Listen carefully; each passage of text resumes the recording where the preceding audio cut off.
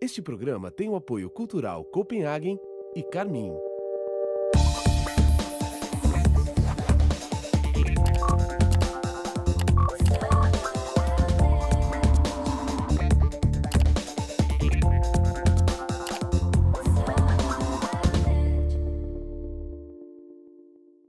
Hoje o tema no Salada Net é reprodução humana e para isso eu estou aqui com o especialista Arnaldo Schizzi Cambiaghi. Tudo bom, Arnaldo? Prazer estar aqui com vocês. Olha, tem coisa muito interessante para a gente conversar, mas eu queria primeiro saber qual foi o seu interesse, como é que surgiu o seu interesse por esse tema, por essa profissão, né, de cuidar da fertilidade, da reprodução humana. Bom, eu sou, sou um ginecologista, então o ginecologista trata de mulheres. E não dá para não se apaixonar pelo tema reprodução humana, que é o começo da vida. É algo tão automático e tão espontâneo que aos poucos a gente se apaixona e não consegue largar mais e cada vez a gente gosta mais. E que é o que me impulsiona a cada vez saber mais, para ajudar cada vez mais casais que querem ter filhos e não conseguem. Teve algum caso em especial que te moveu para isso? Quanto tempo tinha que você já era ginecologista antes de tomar a iniciativa de ser um especialista em reprodução? O ginecologista começa a tratar de mulheres os vários problemas naturais. É a menopausa, o pré-natal, é a TPM, é a cólica. E como tem problema, né? E bastante, mas isso vai envolvendo a gente de alguma forma e sempre tem alguém, algum casal que sensibiliza, começa a sentir a importância de ter a minha própria vida de pai, de ter filhos na vida de um casal. O símbolo maior do amor de um casal é a família, e família se fala em filhos. Quais foram os primeiros casos que apareceram para você e o que você sentiu com eles? Olha, a gente sempre começa nessa fase com casos mais simples, de você estimular uma ovulação, de você acompanhar, de você melhorar o quadro hormonal. E o que é mais satisfatório é você ver a alegria daquele casal que não conseguia ter filhos e consegue, e a gratidão que eles têm porque a vida deles mudou. Então, não é um caso especial. Então vai se somando, isso vai te entusiasmando, vira um vício que o trabalho é tão satisfatório. Se você perguntar se eu estou trabalhando, eu estou me divertindo, eu não sei muito bem qual a diferença, é sábado, domingo. Isso cria às vezes alguns conflitos familiares, mas o prazer é muito grande. A medicina reprodutiva traz alegrias, embora traga frustrações daqueles casos que a gente gostaria que dessem certo, mas infelizmente por algum motivo impede. Mas não tem sempre uma outra opção? Sempre tem uma alternativa. Hoje em dia nós temos casos de mulheres que por alguma razão não têm óvulos, a gente consegue usar óvulos de doadora. Aí depende dela aceitar ou não a ideia, isso, né? É um trabalho, é um capítulo importante, é o momento da renúncia dos óvulos. Hoje em dia, com a vida, as mulheres cada vez mais ocupam lugares de destaque, querem trabalhar, querem subir na vida em termos profissionais. E tem um lado também que é negativo, que as mulheres cada vez mais não aparentam a idade que têm. Elas têm 40 anos, só não vai ninguém me dar 30, é muito comum. Você enxerga uma mulher de 30 ou uma de 40, eu não sei diferenciar uma da outra. E elas acreditam que os ovários vão ter a mesma idade. Esse é um engano terrível. Elas chegam a uma idade superior aos 40 anos, procuram ter filhos e vão observar que não tem mais óvulos em condições de serem fertilizados. Até quando você acha que dá para ter uma boa gestação com os próprios óvulos, né? Naturalmente?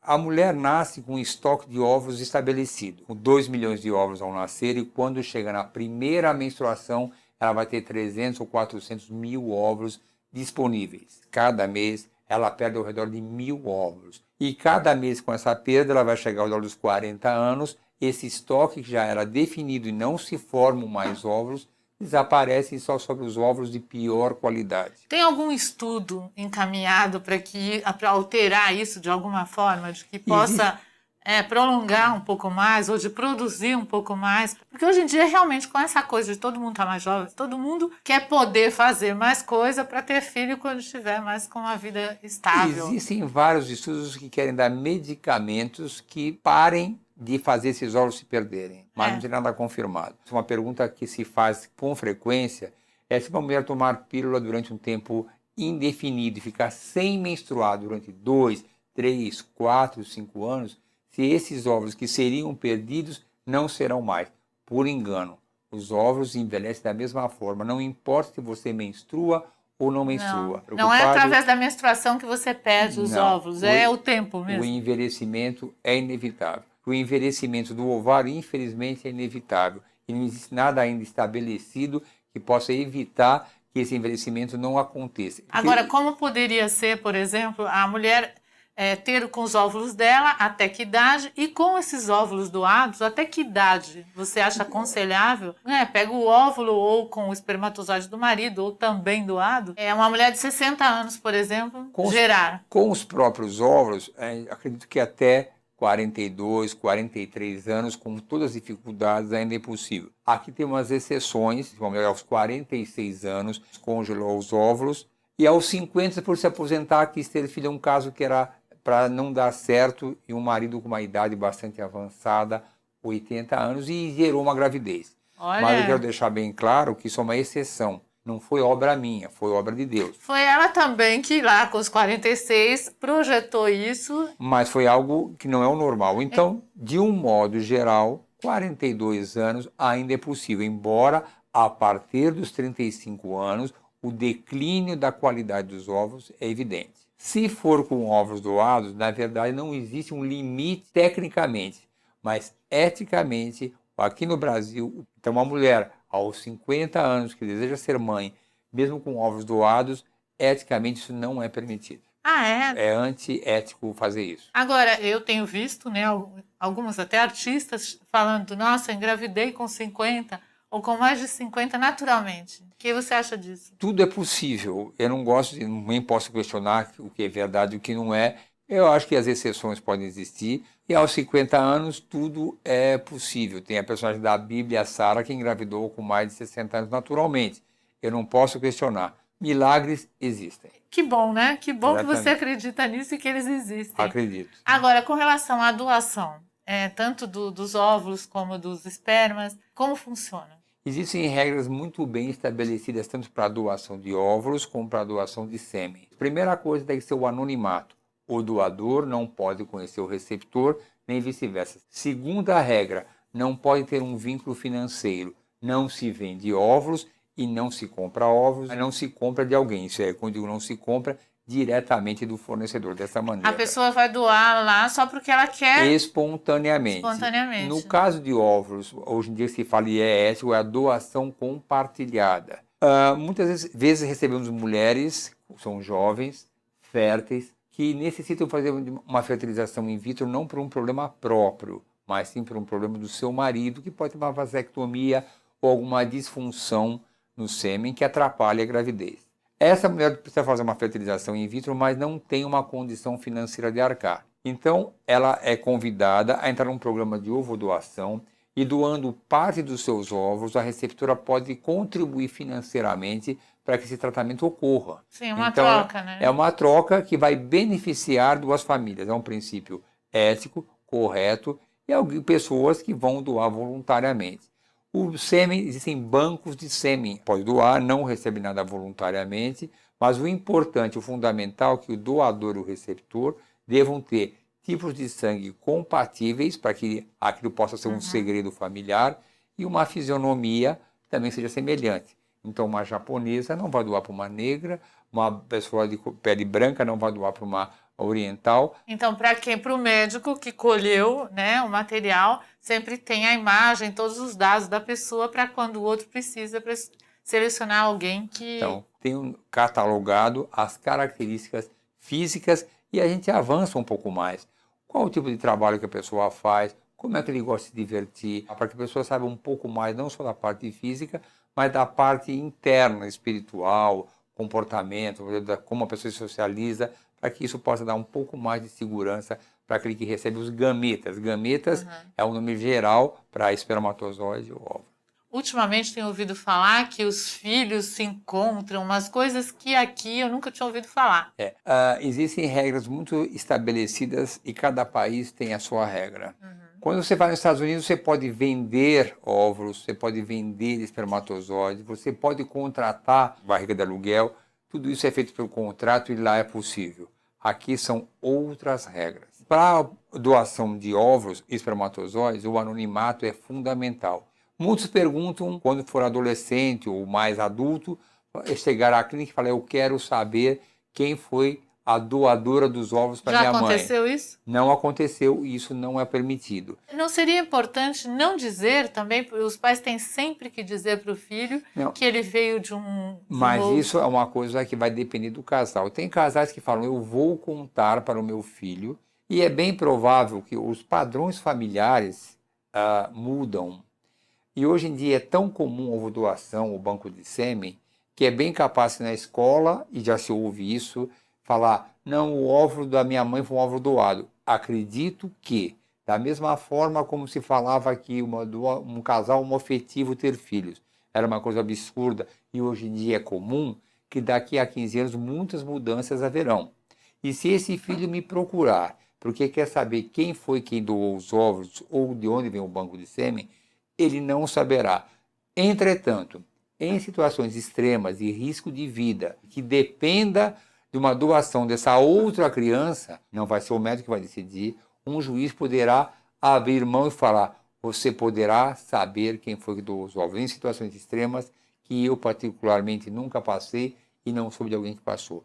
Agora, pode acontecer de alguém chegar para doar e não ser aceito? Não há dúvida nenhuma. Hoje eu recebi uma paciente que queria ser doadora. Ao examiná-la, fui a ver que o seu ovário não era adequado, a sua reserva ovariana não era boa, ela tinha um indício de endometriose. Então, essa mulher, que apesar de ser jovem, que poderia ter condições de doar, ela não tinha condições. Então, cabe à clínica, no caso a minha clínica, avaliar a doadora e ver se ela pode ou não participar de um programa de ovodoação. Agora, ela não pode doar, mas ela, com essas condições, ela pode ter o dela? Pode ter o dela. É um caso com mais dificuldade, porque ela não vai conseguir produzir ovos numa quantidade satisfatória que possa compartilhar com outra paciente. Nesse caso especial, ela vai produzir 3, 4 óvulos no máximo. Agora, eu imagino que desde que você começou, quanto tempo tem?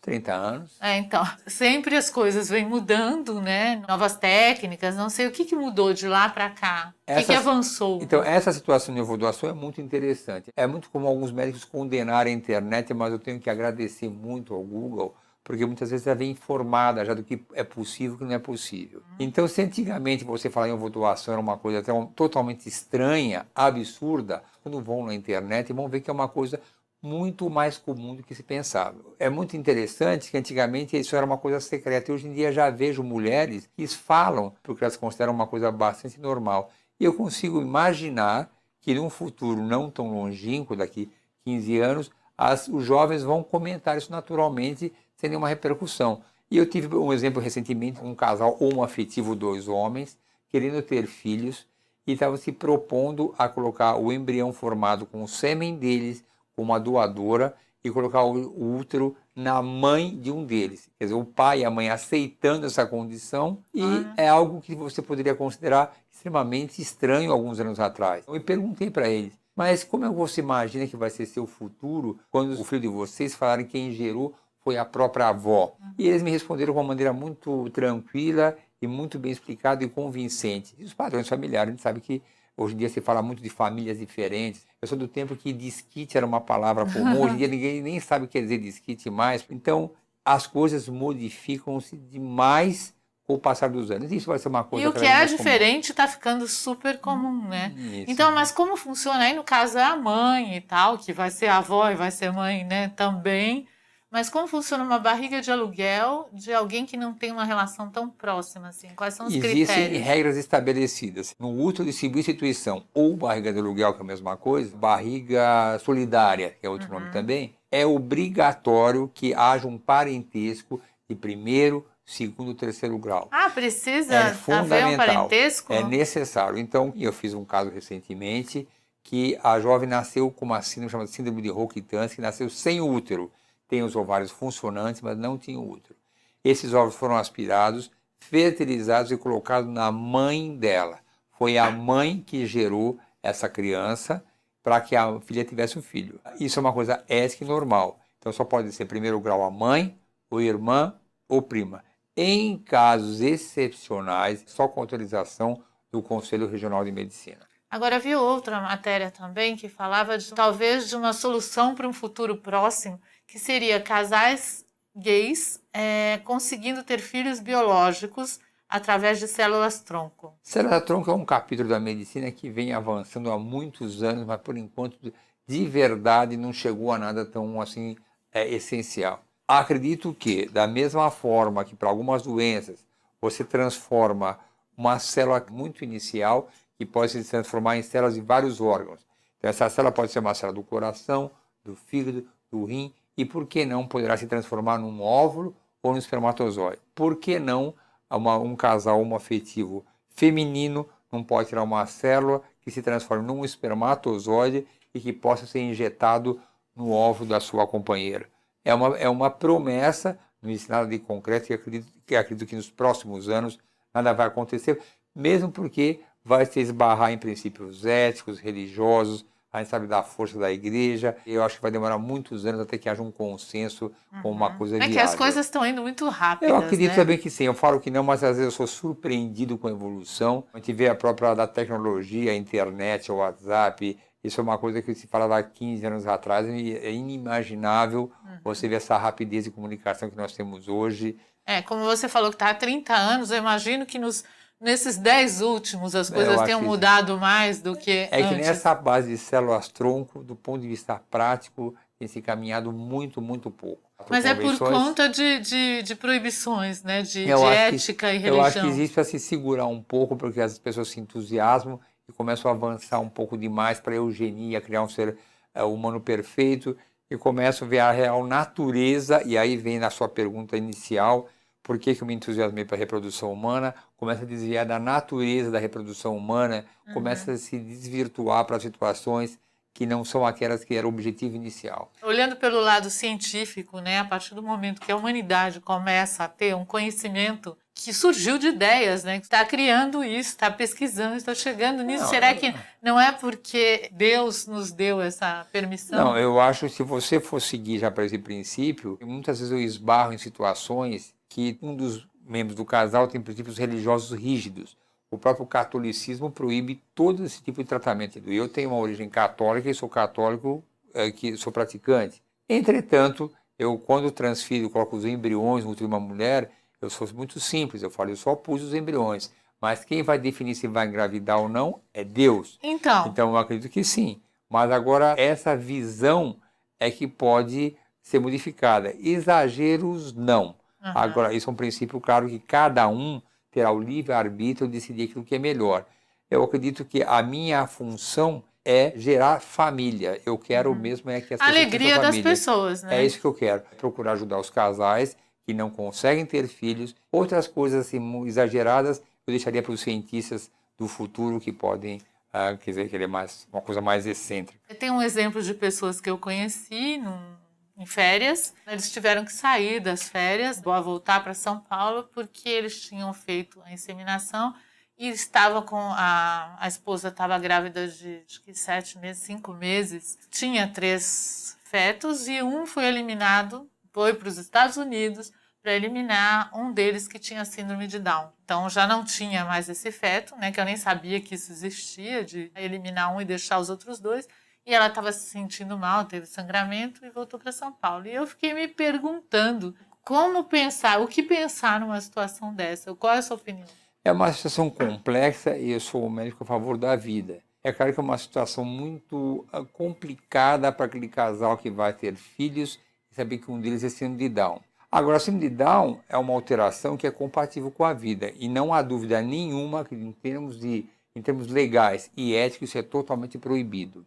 O que foi feito é alguma coisa injetada no coração desse bebê ou no cordão, esse coração para, o bebê falece e aí ele vai se definhando no decorrer da gestação. O casal que opta por isso é uma opção difícil, eu entendo perfeitamente, eliminar uma criança com síndrome de Down. Agora, é difícil julgar os outros. Principalmente porque eles já tinham mais 2, né? Na mesma gestação. Eu penso muito assim, se eu morrer, quem vai cuidar dessa criança? Se me acontecer alguma coisa? É um pensamento racional, bastante lógico, mas é o mesmo pensamento que vai para o aborto. Será que é correto o aborto? Será que não é o aborto? Existe uma corrente que é a favor, outra que é contra. São situações complexas que a discussão seria infindável e não vai chegar a conclusão nenhuma, que cada um vai ficar com seus próprios princípios, é muito particular de cada um. E são coisas que a gente está vendo por aí, né? A partir do momento que existem as possibilidades, existe todo esse universo. Agora, falando das coisas boas, quanto tempo a pessoa deve tentar, por exemplo, os casais que estão tentando há um tempo engravidar e estão com dificuldade, a partir de que momento eles devem procurar o teu trabalho, por exemplo? Eu acho que isso não tem a ver com a idade da mulher. Então, você não pode dizer para uma mulher de 40 anos que não consegue engravidar, espere mais 2 anos. Isso é uma crítica que eu faço muito ao ginecologista geral, que às vezes ele fala, não, mas você está bem de saúde, está tudo bem, mas o envelhecimento do óvulo é uma coisa inevitável. Então, se você tiver uma jovem, um casal, que ela tem 28 anos, não tem nenhum antecedente familiar, se faz o espermograma do homem, e isso é fundamental. Porque muitas vezes a mulher fica sempre ela achando que a responsabilidade é toda dela e fica com problemas. Algo até. tem mudado, e eu sou partidário que o homem deve fazer sempre que puder um espermograma, porque às vezes é uma coisa tão simples você avaliar isso. E aquela mulher toma pílulas num casamento por anos seguidos, e na verdade tinha um problema. Então, se um casal é jovem, ou ele tem um espermograma normal, ele também é normal, por que não esperar 1 ano, 1 ano e meio? É claro que é difícil lidar com a ansiedade do casal. Uma mulher, quando quer engravidar, ela não quer esperar 1 ano e meio, ela quer agora. É difícil convencer esse casal, mas tecnicamente eu posso fazer isso. Convencer a esperar 1 ano, 1 ano e meio, se tiver os exames iniciais normais. Por outro lado, se eu tiver uma mulher de 40 anos, eu não vou falar para esperar 2 anos. Ontem, né? Eu espero 2 meses, se quiser, 3 meses. Então, o tempo de espera para um casal procurar uma ajuda médica é dependente da idade da mulher e de algum antecedente que você possa ter. Pelo espermograma você vê, se ela tiver um antecedente de endometriose, você não vai fazer esperar. Se ela tiver uma doença qualquer autoimune, um lúpus, também não vai esperar. Se tiver alguma situação de uma menopausa precoce na família, não vai esperar. Então, cabe ao ginecologista avaliar o grau de urgência e procurar ou não um especialista em reprodução humana. Agora, quando a pessoa chega, faz todos os exames e não tem nada de errado, quais são as outras causas que podem estar acontecendo, como estresse, por exemplo, alimentação, ginástica de menos de mais, peso, tudo isso são coisas que eu ouvi dizer e queria saber o que é real, o que não é. Numa primeira consulta, uma das coisas que a gente vai avaliar são os hábitos do casal. E vejo o peso, por exemplo, fumantes. Aquele fumante de 20 cigarros por dia, você olha a fisionomia, é uma pele diferente, é uma boca diferente. Então você já procura botar os hábitos em ordem. Então você procura dar uma orientação alimentar, você procura mostrar que seus hábitos são inadequados, o exercício exagerado é ruim, o não fazer exercício é ruim. Você procura modelar aquele casal, tanto o homem como a mulher, de uma maneira equilibrada. Ansiedade também, né? A ansiedade é algo complexo de para você lidar. Eu acho que é impossível quem trabalha, quem vive na nossa sociedade, quem vê televisão, quem vê notícias, não ter o estresse natural do dia a dia. E a própria ansiedade de desejar ter um filho é uma coisa que gera um certo estresse. Agora, em situações extremas, eu posso dar para essa mulher algo para ficar mais relaxada e mais tranquila. E não é tão absurdo casais que numa primeira consulta, sem você fazer absolutamente nada, ela engravida em seguida. A palavra do médico que ela está normal e ela acreditar que daí em diante tudo vai acontecer, isso pode tranquilizá-la e fazer que ela engravide. Muito é psicológico também. Então. Essas mulheres muitas vezes passam por angústias. Frequentemente veem amigas que engravidam e elas não conseguem. A cobrança, né? Acaba de casar, e aí? Quando é que vai ter filho? Então, tudo isso vai aumentando o grau de estresse, porque cada mês que ela tem as relações não é período fértil e vem a menstruação, é mais um desespero, mais um mês perdido, mais um mês que se inicia. Vai gerando estresse, desgaste, frustração. Então, lidar com isso é uma tarefa que cabe também a nós, médicos da reprodução humana. E o que você faz numa situação que você identifica que é totalmente um problema psicológico? Já analisou tudo? Não há como você chegar para uma mulher e falar, vamos fazer uma terapia para você ficar tranquila. 15% dos casos que chegam para nós são casos que não têm causa aparente. Chama-se infertilidade sem causa aparente. Alguma coisa você faz por ela e você vai progressivamente maximizando os tratamentos. Mas você não consegue falar, você não tem nada e volta daqui a 1 ano, ou vai viajar, ou vai passear, são argumentos que não satisfazem o Não casal. convence, né? Não. Para quem está As ansioso. pessoas querem agora. É. E conversa, sempre a conversa leva a algum fruto de você tranquilizá-la que tudo vai dar certo. Normalmente a gente vê muito falando que é o caso, é a mulher, né? É a mulher que vai ao médico, é a mulher que acha que tem problema. Qual a porcentagem que tem da mulher e o homem nesse caso? É meio a meio. 40% a mulher, 40% o homem e 20% dos dois. Dos dois, o que seria a compatibilidade que não deu? Seria um pouco de um pouco de outro, alguma coisa desse tipo. Em nenhuma forma a gente começa um tratamento se não houver o espermograma e a análise do homem. Muitas vezes a mulher me procura por uma endometriose, para um tratamento, o marido não foi pesquisado e quando eu vou pesquisar, eu acho alguma coisa naquele homem que tem uma alteração e não sabia que tinha. Ou uma alteração cromossômica, ou uma alteração no espermograma, sempre são pequenos detalhes. Não dá para começar um tratamento sem avaliação do casal. Olha, para você, um especialista super experiente, que você diria agora para quem está nos ouvindo e que de alguma forma se identificou com alguma coisa do nosso papo, quem está querendo, pensando em fazer, quem já está no processo, quem talvez já esteja sofrendo com isso, o que você teria a dizer? Eu quero dizer que realmente ter filhos é bom, família é uma coisa muito boa e cabe a função nossa da reprodução humana procurar ter seus filhos. E mesmo aqueles casais mais jovens que falam, eu não vou querer ter filhos. É mentira, é engano. Você vai querer ter filho um dia. Então, se você acha que não é o momento de ter filhos, ou se uma mulher é solteira com 32 anos, não tem ainda o seu parceiro ideal para ser o pai dos seus filhos, pelo menos congele os seus óvulos. Porque a perda da fertilidade com o passar dos anos é inevitável e não volta mais. Então, na dúvida, não sei se eu vou querer ter filhos, não sei se eu não tenho ainda o parceiro ideal para ser o pai dos meus filhos, congele os seus óvulos para que quando você desejar ter seus filhos, você tenha aquele estoque de óvulos congelados que poderão ser usados caso você não tenha mais os óvulos adequados para ser mãe. Muito bem, parabéns pelo seu trabalho, é lindo, né? E Adoro. trazer vida e ajudar a trazer a vida não tem igual. Parabéns Concordo mesmo. com você.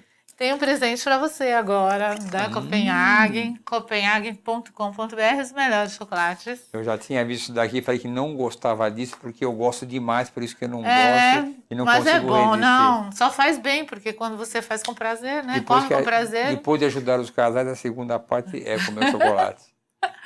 Tá bom? Muito obrigada, viu? Obrigado a vocês pela Parabéns oportunidade. e quero que esteja sempre presente aqui com as novidades. Muito obrigado. Tá bom? Obrigada, beijo para você.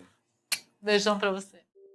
Este programa tem o apoio cultural Copenhagen e Carmin.